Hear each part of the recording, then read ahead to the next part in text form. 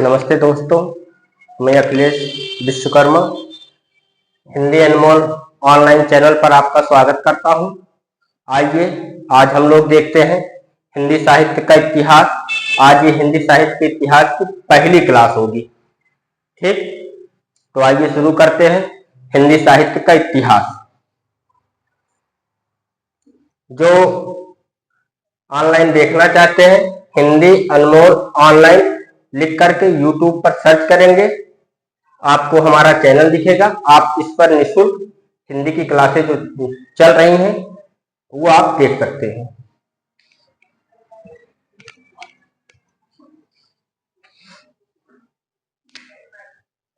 हिंदी साहित्य का इतिहास।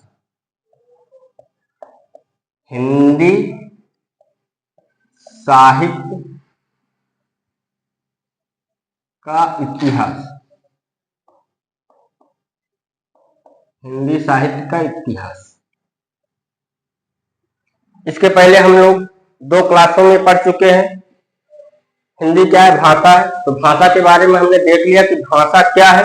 इसकी 2 क्लासें हमने ऑलरेडी डाल रखी है यूट्यूब चैनल पर। जिन भाइयों ने नहीं देखा है, जिन बहनों ने नहीं देखा है, वो जाकर के देख लेंगे। अब आगे की क्लासों में हम लोग देखेंगे हिंदी साहित्य का इतिहास। तो सबसे पहले देखते हैं हिंदी। हेडिंग डालिए हिंदी। हिंदी के बारे में लिखिए। हिंदी शब्द सिंधु शब्द से निकला है। हिंदी शब्द सिंधु शब्द से निकला है। हिंदी शब्द कहां से निकला है? सिंधु शब्द से निकला है। यह सिंधु शब्द ईरानी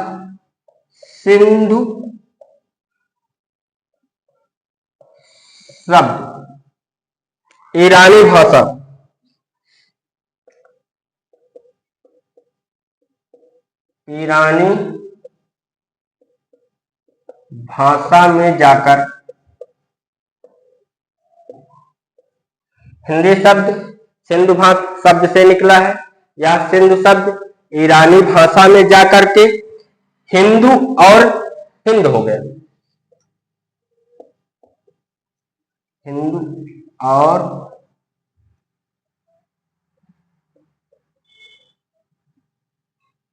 हिंद हो गया।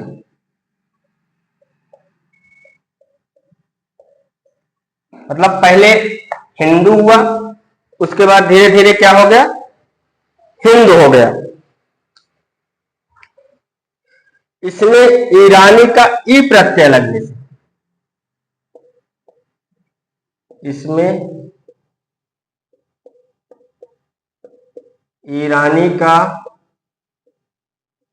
ई प्रत्यय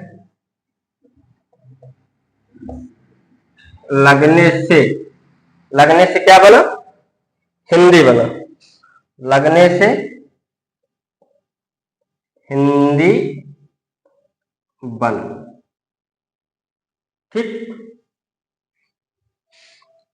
अब यदि कोई पूछता है कि हिंदी शब्द कैसे बना, तो आप लोग बता सकते हैं हिंदी शब्द सिंधु शब्द से निकला है।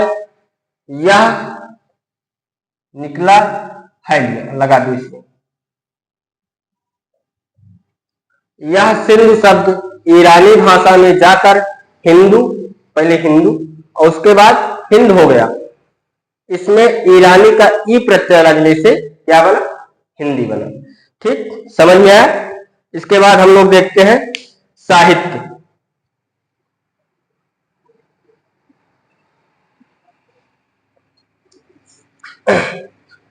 हो गया, लिख लीजिए।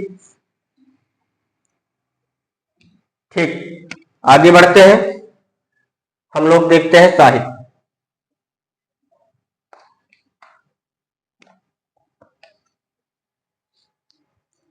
मतलब ये हमारा हो गया कंप्लीट। अब इसको देखते हैं। साहित्य। साहित्य शब्द,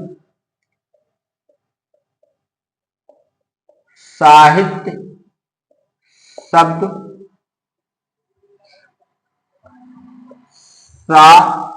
साधनहित धन या के योग से बना है, के योग से बना है, जिसका अर्थ होता है, जिसका अर्थ होता है। ठीक, लिखिए, सहित या साथ होने की व्यवस्था। नंबर 1, सहित या साथ होने की व्यवस्था या अवस्था, व्यवस्था या अवस्था। ठीक, नंबर 2, किसी विशेष नहीं, किसी विषय, विशेष कहाँ हो जाएगा, यहाँ पे विषय होगा,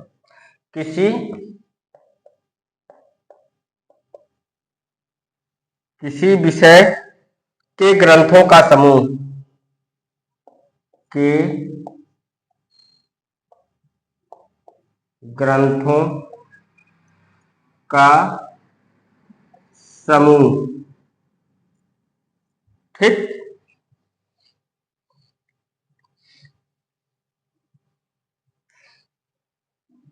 नंबर 3 पर लिख लीजिए, किसी एक स्थान पर एकत्र किए गए, किसी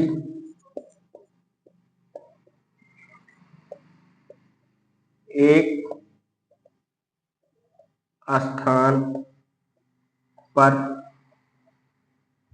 एकत्र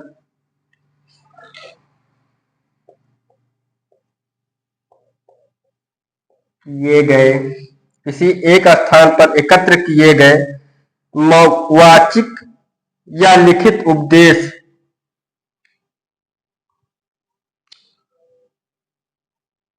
वाचिक या लिखित उपदेश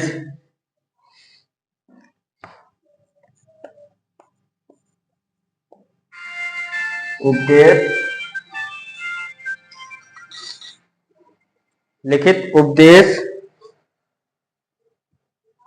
या लिपिबद्ध विचार या ज्ञान, या लिपिबद्ध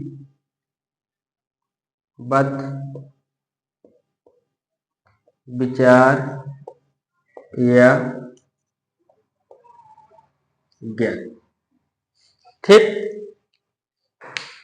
साहित्य शब्द साधनहित धन या के योग से बना है, जिसका अर्थ होता है साहित्य के सहित या साथ होने की व्यवस्था या अवस्था।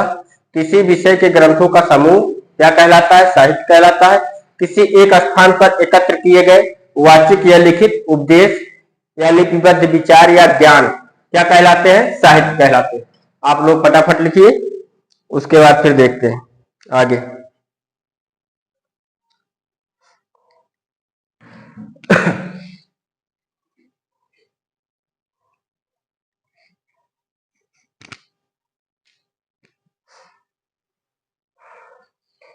इसके बाद हम लोग 1-2 परिभाषा लिख लेते हैं साहित्य, तो हम लोगों को अच्छे से समझ में आ जाएगा।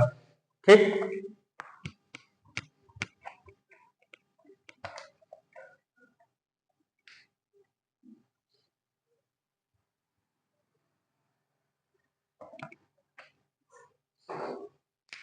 परिभाषा, साहित्य की परिभाषा की परिभाषा।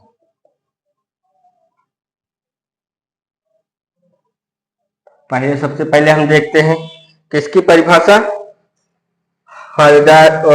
आचार्य महावीर प्रसाद द्विवेदी की।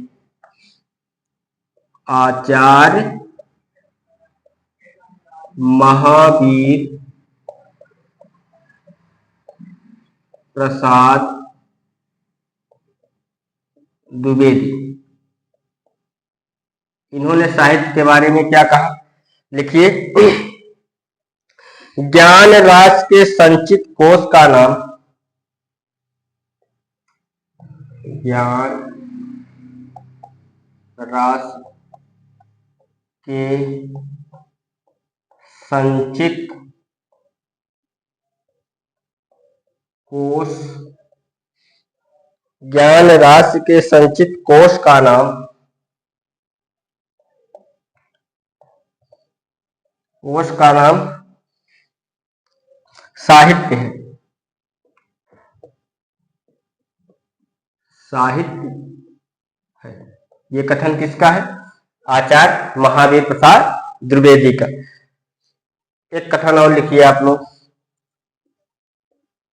श्याम सुंदर दास, श्याम सुंदर दास, इन्होंने क्या कहा, आइए देखते हैं।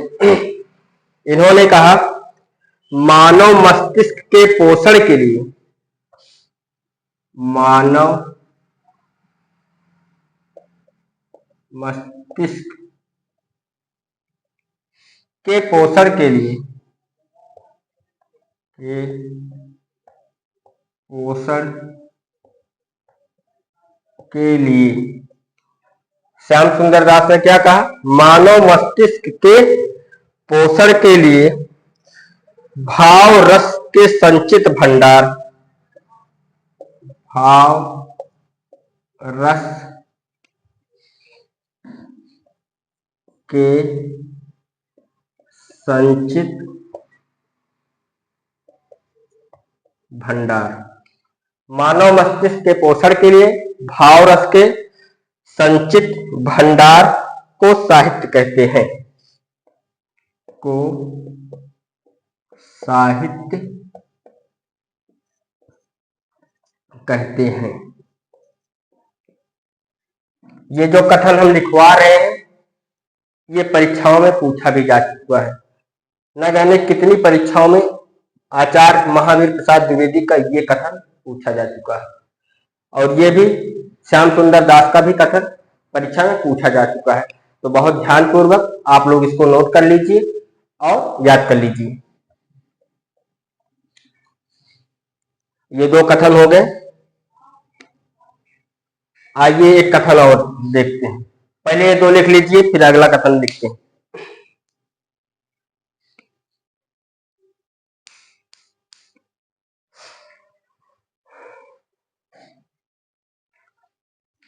ठीक,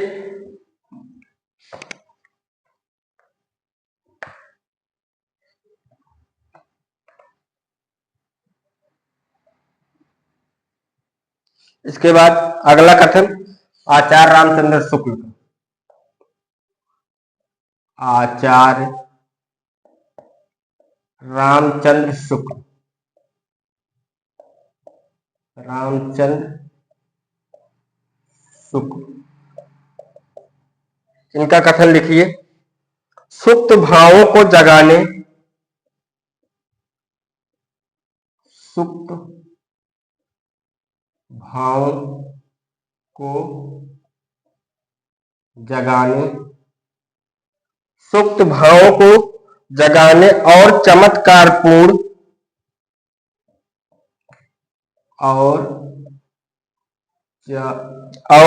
चमत्कारपूर्ण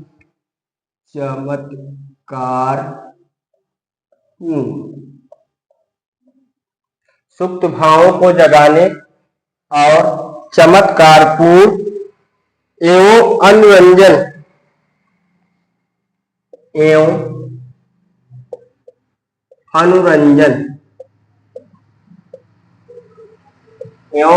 अनुरंजन करने की शक्ति का स्रोत, करने की शक्ति का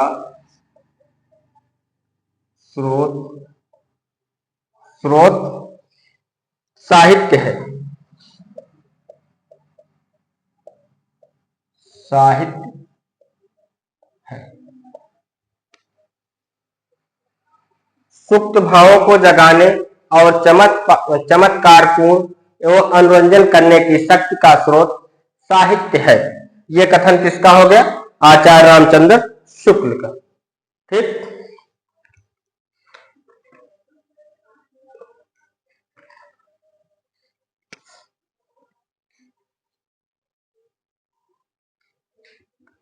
और एक चीज लिख लीजिए, साहित्य को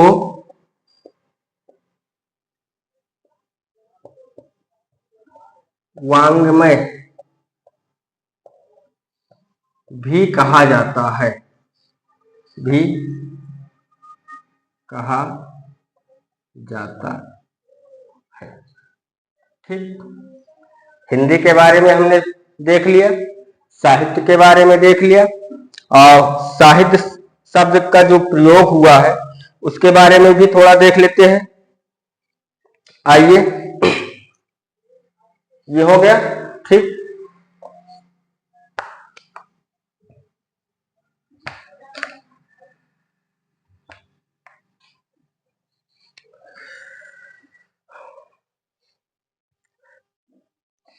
हेडिंग डालिए, साहित्य शब्द का प्रयोग काव्य शास्त्रीय ग्रंथों में, काव्य शास्त्रीय ग्रंथों में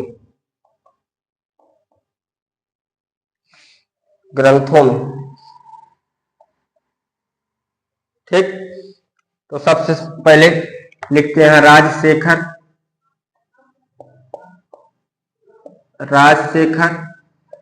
10वीं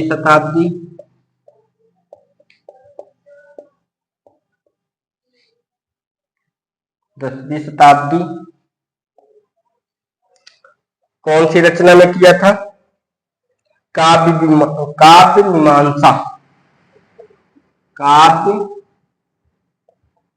मीमांसा में किया। उसके बाद भोज की रचना कौन? सरस्वती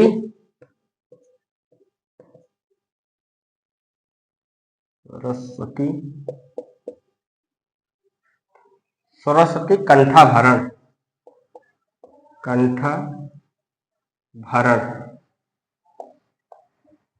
सरस्वती कंठाभरण में किया। उसके बाद क्षेमेंद्र ने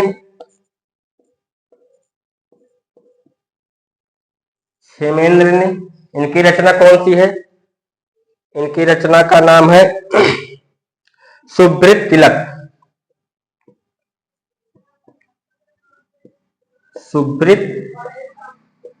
तिलक। इनकी रचना कौन सी है? सुवृत तिलक। और भामा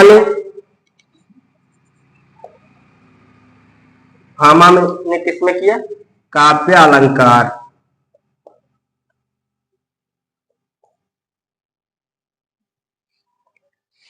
अलंकार।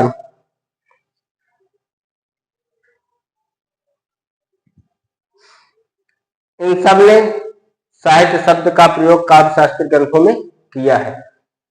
राजशेखर ने काव्य मीमांसा में, भोज ने सरस्वती कंठाभरण में, क्षेमेंद्र ने सुवृत तिलक में, और भामा ने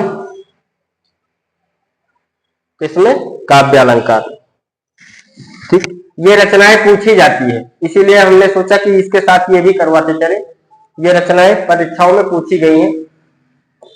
पूछ लिया काव्य अलंकार किसकी रचना है, सुवृत तिलक किसकी रचना है, सरस्वती कंठाभरण किसकी रचना है, ऐसा करके प्रश्न आया हुआ है, इसलिए हमने इसको लिखवाया। ठीक, नोट डाउन कर लो।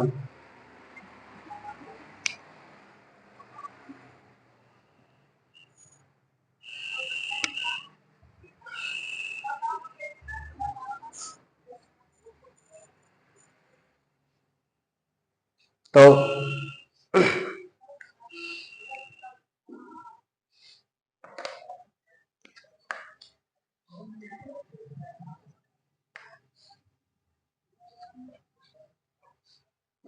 हमने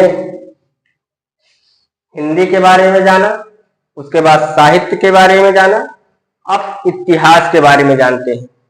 इतिहास शब्द के बारे में जानते हैं, उसके बाद जो है हिंदी साहित्य का इतिहास पूरा देखते हुए चलेंगे।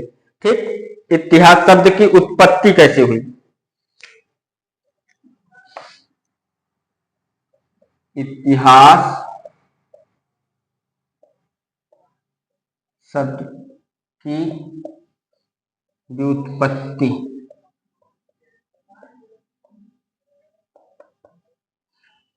इतिहास शब्द की व्युत्पत्ति। इत धन हा धन आस, इत धन हा धन आस के योग से बना है, के योग से बना है, के योग से बना है। ठीक, इतिहास शब्द की उत्पत्ति देख रहे हैं। इत धन हा धन आस। इत का अर्थ होता है ऐसा ही, इसका अर्थ क्या होता है, ऐसा ही। हा का अर्थ क्या होता है, निश्चित ही।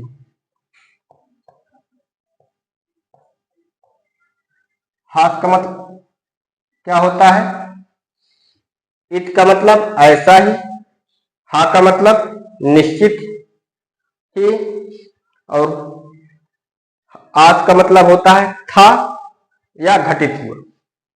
इसका मतलब होता है था या घटित, घटित, घटित हुआ। इतिहास शब्द के बारे में देख रहे हैं। इत का मतलब क्या हो गया, ऐसा ही। हा का मतलब क्या हो गया, निश्चित। आज का मतलब क्या हो गया, था या घटित हुआ। तो इसका पूरा अर्थ लिखेंगे, ऐसा निश्चित ही था, ऐसा निश्चित ही था या घटित हुआ। यही तो होता है इतिहासकार ना। हमने शब्दों को डिफाइन कर दिया, अलग अलग करके आप लोगों को बता दिया। ये होता है इतिहास शब्द की उत्पत्ति। ठीक, अब इतिहास की परिभाषाएं जो दी गई हैं हम अगली क्लास में देखेंगे। पहले कुछ पुराने इतिहासकार जैसे हेरोडोटस हो गया, दरबिन की हो गई, इनको देखेंगे। उसके बाद हमारे जो भक्ति काल के इतिहासकार थे, जैसे कई इतिहासकार, उनके देखेंगे। उसके बाद फिर हम अपने आधुनिक काल के इतिहासकार जो आलोचक हुए हैं उनकी परिभाषाओं को देखेंगे। इतिहास की परिभाषा आप लोग इतना नोट डाउन कर लीजिए। आप लोगों को समझ में आ गया होगा हिंदी शब्द की उत्पत्ति कैसे हुई, साहित्य शब्द की उत्पत्ति कैसे हुई, इतिहास शब्द की उत्पत्ति कैसे हुई। हिंदी साहित्य का इतिहास पढ़ने से पहले हम लोगों को ये जानना था कि हिंदी शब्द की उत्पत्ति कहाँ से हुई, साहित्य शब्द की उत्पत्ति कहाँ से हुई और इतिहास शब्द की उत्पत्ति कहाँ हुई।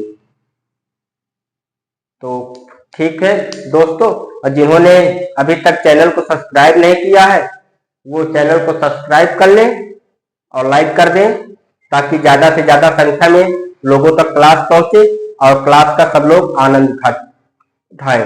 धन्यवाद दोस्तों, जय हिंद।